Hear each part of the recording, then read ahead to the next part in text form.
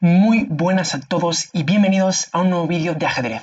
Hoy hablaremos de la importancia de la confianza y cómo solucionar nuestros problemas de confianza en ajedrez. Y lo haremos de la mano de probablemente el jugador con más confianza del espectro ajedrecístico, ni más ni menos que el campeón del mundo Magnus Carlsen. Entonces, estaba viendo ayer una entrevista a Magnus Carlsen en la que Magnus era preguntado por la confianza en ajedrez, ¿no? Y él habló de muchas cosas muy interesantes en las cuales os quiero comentar hoy, ¿no?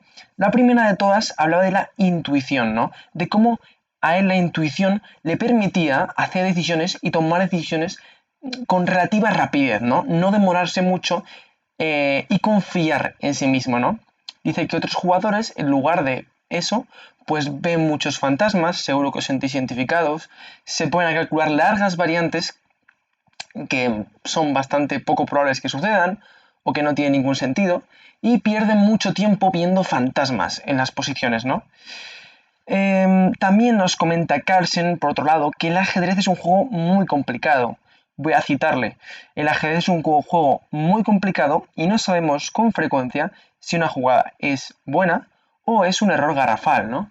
Eso es cierto, ¿no? El ajedrez es muy complicado y nunca vamos a saber si una decisión que hemos tomado va a ser buena o mala, por mucho que pensemos, ¿no? No hay una verdad absoluta a la que podamos llegar.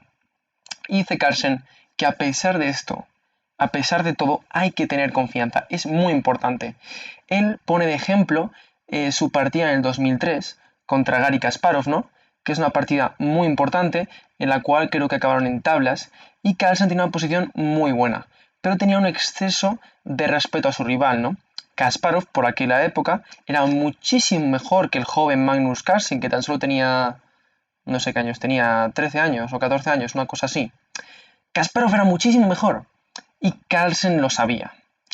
Sin embargo, Carlsen comenta que es importante tener la confianza de que aunque tu nivel de juego todavía no esté al nivel de tu rival, puedes ganarle, ¿no? Cada partida es un mundo y los jugadores de ajedrez, su nivel fluctúa, ¿no? Sube y baja a lo largo de las partidas, ¿no? De un torneo incluso. Por ejemplo, vamos a ver esta famosa gráfica del coseno, que la gente que haya estudiado matemáticas la conocerá. Pues como sabéis, los jugadores de ajedrez a veces tienen torneos muy buenos, tienen picos, y a veces tienen torneos muy malos, en los que acaban bajando su nivel muchísimo, ¿no? Entonces, hay veces que un jugador de 2400 puede llegar a jugar a nivel de 2500 o incluso 2600, y hay veces que puede jugar muy mal, puede llegar a jugar a nivel de 2100, 2200, ¿verdad?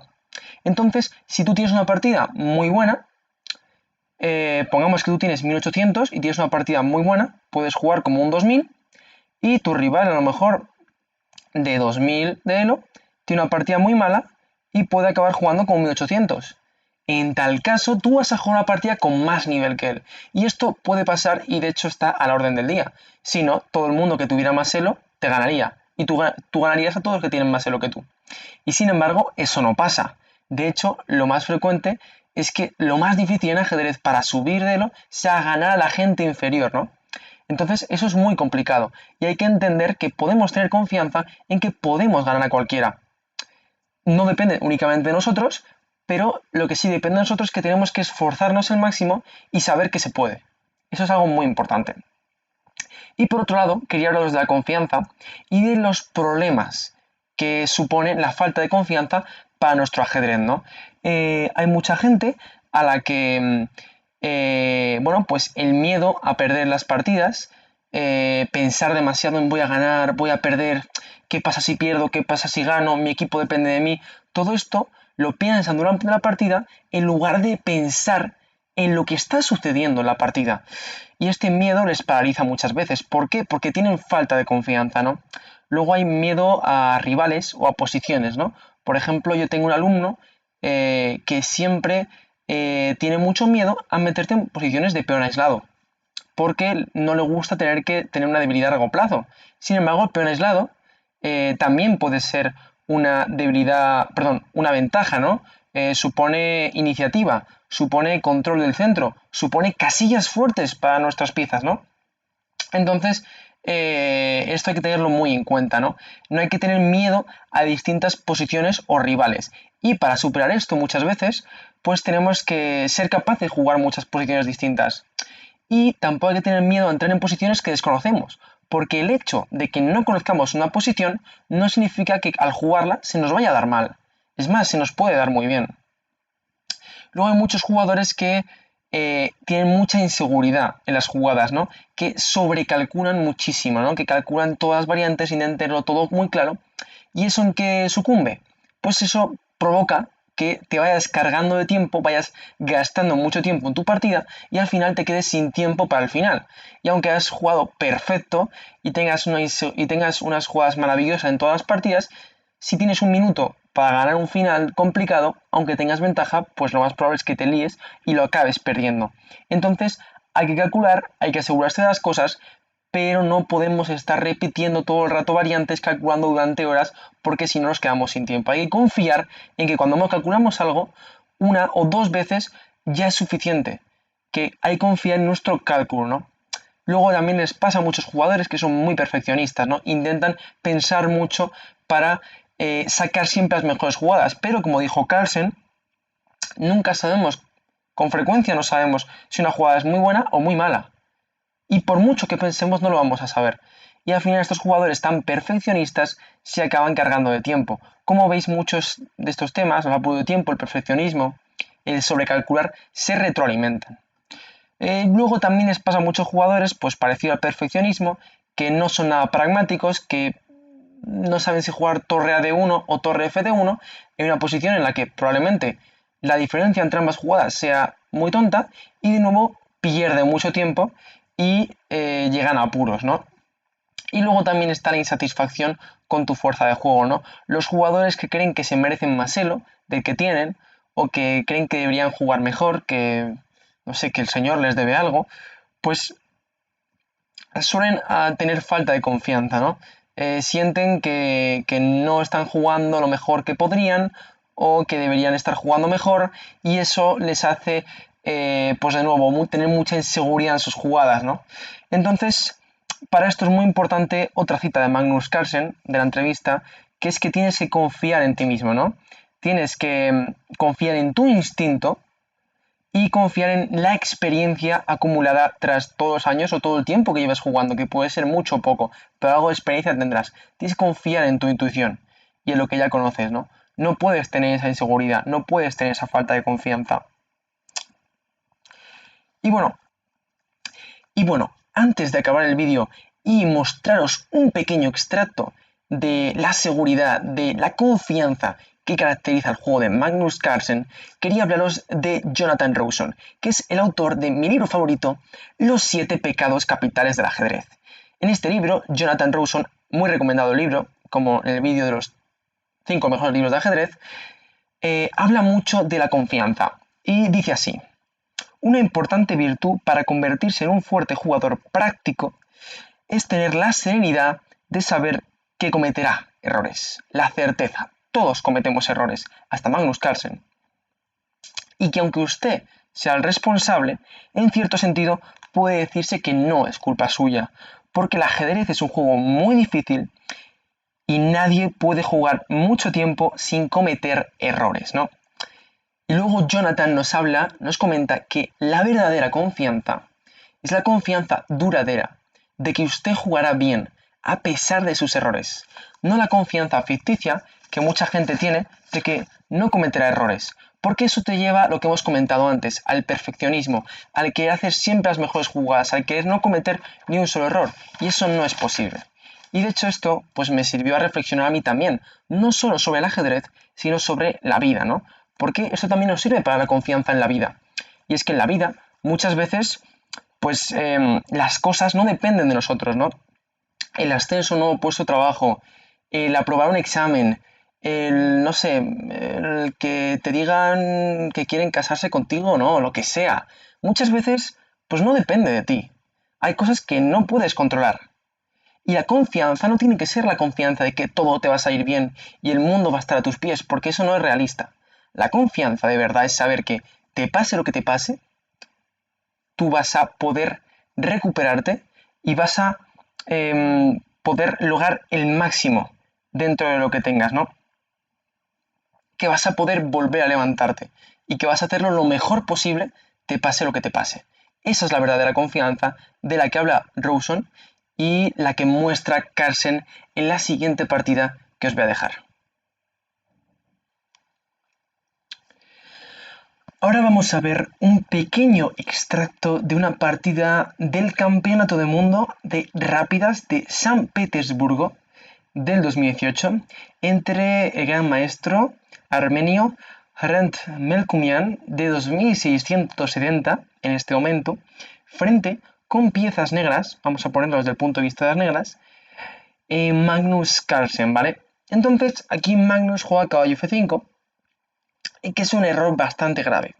¿Por qué? Porque ahora, bueno, podéis pausar el vídeo si queréis, blancas mueven y, bueno, llega a una posición muy buena, tiene una pequeña combinación. La combinación es caballo por B5, ¿no? El caballo desde E7 defendía el punto de 5, ahora desde F5 ya no lo defiende. De manera que luego de alfil por B5 ganamos una pieza, pero nos comen un segundo peón y nos hacen un ataque doble al alfil y al rey, ¿no? De manera que el rey tiene que mover y las blancas capturan un segundo peón, tienen ya un peón de E y un peón de A de ventaja. Entonces aquí Magnus se muestra ante una posición totalmente perdida, ¿no? El módulo aquí da, no sé si darán +2 o +3, una locura, ¿no? Sin embargo, Magnus nos va a mostrar cómo él tiene confianza en sí mismo de verdad. Es capaz de, aunque esté en una posición muy mala, aunque esté perdido, crear complicaciones al rival, molestarle, dificultarle tanto la victoria que incluso puede llegar a no ganar. Torre por A3 hace Magnus. La idea, bueno, nos comemos un peón a cambio de una calidad y ahora nuestro caballo está activo tocando E3 en combinación con la torre, que se ha activado mucho y ya está mirando a la séptima fila, donde este rey tendría que irse a la primera, a la octava, ¿verdad? Porque las negras controlan la casilla G3, ¿no? Torre de 2 para controlar la séptima fila, o la segunda fila en este caso, por parte de el armenio, y aquí Magnus juega torre B3. E4 hace aquí el armenio. Cabe decir que era mejor la jugada torre 2, que es una jugada muy difícil de hacer. Sencillamente defendiendo el peón y preparándose para, en caso de C3, torre C5, cambiar el peón de B por el de C e intentar ganar este 4 contra 3 a largo plazo, ¿verdad? Con la calidad de más, que probablemente esté ganado, ¿no? Entonces, esa es la idea del módulo, ¿no? En esta posición y la jugada más correcta. Sin embargo, Melkumian hace E4. Y esta jugada tiene algunos inconvenientes. ¿Por qué? Porque ahora C3 llega muy rápidamente, atacando la torre. Y a diferencia de antes, las negras no disponen de torre 5, ¿no? Porque con torre 2, si C3 ya no atacamos la torre, ¿verdad? Entonces se puede hacer torre 5. En la partida, como jugó E4, C3, tenemos la torre en D2 todavía atacada y no da tiempo a jugar torre 5. Y además la casilla D4 ha quedado disponible para el caballo, ¿no? En caso de torre C2, seguiría caballo D4, ataque doble y ganan... Bueno, ataque doble, no me va a comer la torre porque me va a dar jaque, me tengo que volver, pero esa torre se va a tener que ir y voy a seguir avanzando el peón y probablemente apoyarlo con mi torre. Y bueno, como mínimo aquí las negras sacarían tablas, ¿vale? De esta manera, Melkumian, ante la jugada C3, decide sacrificar la calidad de vuelta. Hace la jugada torre B6 primero, rey G7 y aquí E por F5, ¿no? Cambia el peón, el caballo de F5 por la torre de D2. Sacrifica calidad de vuelta. Pero a cambio, bueno, sigue la partida con rey E2 para controlar la casilla de coronación y comerse el peón. G5, B5, torre D3, muy buena jugada de Magnus, preparándose para coronar y a la vez defendiendo el peón. En caso de que me coman, corono. Por tanto, curiosa combinación de piezas en la que no se puede comer ninguna de las dos, ¿no? Y aquí, bueno, es un momento crítico en el que Melkumian tiene que elegir un plan, ¿no? Ha llegado a un final en el que tiene un peón de más con piezas blancas, sin embargo, este peón de D2 está muy avanzado y a punto de coronar, ¿no? Entonces tiene que, bueno, primero bloquear el peón y luego tiene que decidir qué hacer con sus piezas, ¿no? Tiene el peón de F5 también en el aire y, bueno, decide poner la torre en séptima y ir avanzando poco a poco el peón, ¿no? Esa es su idea. Rey F6, el rey de Magnus progresa, mientras que el de Melkumian tiene que estar pasivo. B6, torre D6, manteniendo un ojo en el peón para tener esta torre atada. Y bueno, torre B8, las negras se comen el peón y este es el último momento de Melkumian para poder hacer tablas, una partida que hace un momento tenía ganada, curiosamente, ¿no? Entonces, bueno, aquí Melkumian realiza la jugada B7, que a todos nos parece muy natural. Sin embargo, la única jugada que hacía tablas todavía aquí es torre F8, con idea de que nos comen en B6 y entonces comemos en F7, ¿no? Posteriormente comeremos en D2 y llegaremos a un final de 3 contra 2 en el que las blancas tienen, a pesar de que la torre entra en séptima, muchas opciones de aguantar. Rey G6, torre F8 y bueno, aquí torre B1, rey por E2, torre B2, rey E3, torre por G2 y bueno, podemos seguir con F4, se va a liquidar mucho la posición y aunque lleguen a un final con peón de menos, tienen muchas opciones de tablas las piezas blancas.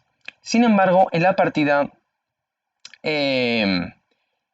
jugó B7 Melkumian. Esto es un error muy grave, porque Magnus sigue atacando al peón para evitar que la torre avance y además también en este caso defiende su propio peón.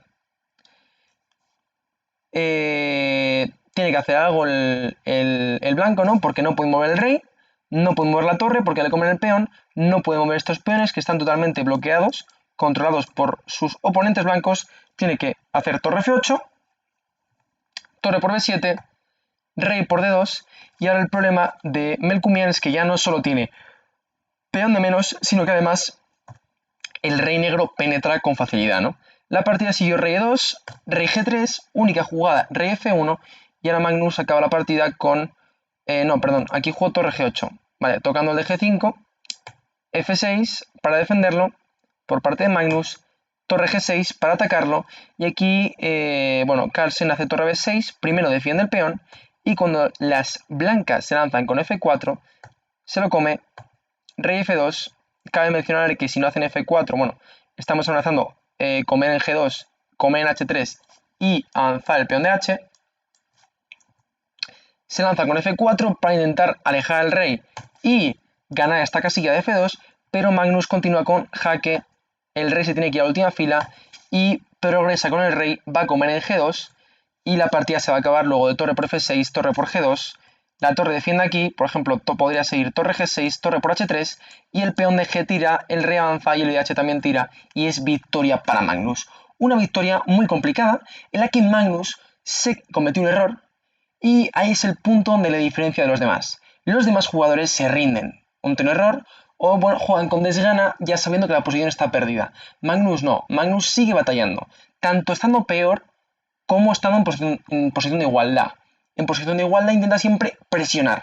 Estando peor, intenta siempre luchar por continuar la partida. Y en este caso tiene tanta confianza en sí mismo que fue capaz de remontar haciendo jugadas muy precisas y buscando recursos muy complicados a un gran maestro de talla mundial.